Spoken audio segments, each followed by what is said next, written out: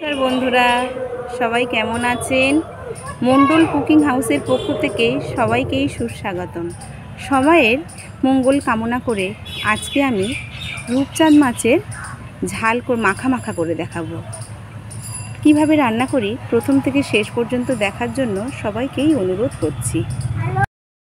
রূপচাঁদ মাছের মাখা ঝাল করার জন্য এখানে আমি নিয়েছি কয়েক পিস রূপচাঁদ মাছ, আর নিয়েছি একটু বড়ি, একটা গোটা পেঁয়াজ, গোটা টমেটো আর কয়েকটা কাঁচা লঙ্কা। দেখুন আমরা কিভাবে এই রেসিপিটা বানাই। মাছে প্রথমে লবণ আর হলুদ মাখিয়ে নেব। তার জন্য প্রথমে লবণটা দিয়ে দিলাম আর হলুদটা দিয়ে দিলাম, দিয়ে খুব ভালো করে মাখিয়ে নেব।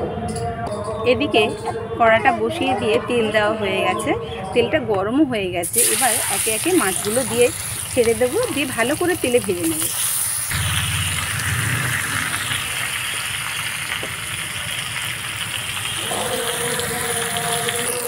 মাছগুলো লাল লাল করে ভেজে নিয়েছি উল্টিয়ে পাল্টিয়ে।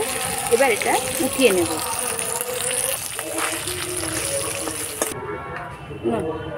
গরম তেলের মধ্যে হাফ চামচ কালো জিরে দিয়ে দিলাম আর পেঁয়াজটা কুড়ে দিলাম, মানে বেটে দিলাম।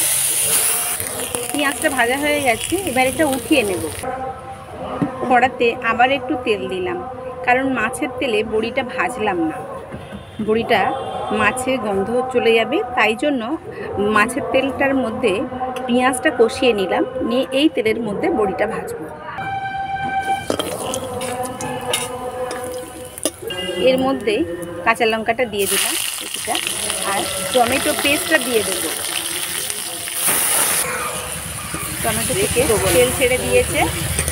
এবার এর মধ্যে এক চামচ হলুদ গুঁড়ো দিয়ে দিলাম। এবার এর মধ্যে হাফ চামচ লঙ্কার গুঁড়ো দিয়ে দিলাম। ভেজে রাখা পেঁয়াজটা এবার দিয়ে দেবো এর মধ্যে। রূপচাঁদ মাছ কাটার সময় ভিডিওটা আমি করতে পারিনি, মার মতন মাছটা কেটেই নিয়েছে। মশলা থেকে তেল ছেড়ে দিয়েছে, এবার এর মধ্যে জল দিয়ে দেবে। এটা মাখা হবে, তাই জলটা বেশি দেবে না, বুঝিয়ে দেবেন। ঝোলের কালারটা দেখেছেন কত সুন্দর। ঝোলটা ফুটে গেছে, এবার এই ফুটন্ত ঝোলের মধ্যে ভেজে রাখা মাছগুলো একে একে দিয়ে দেব।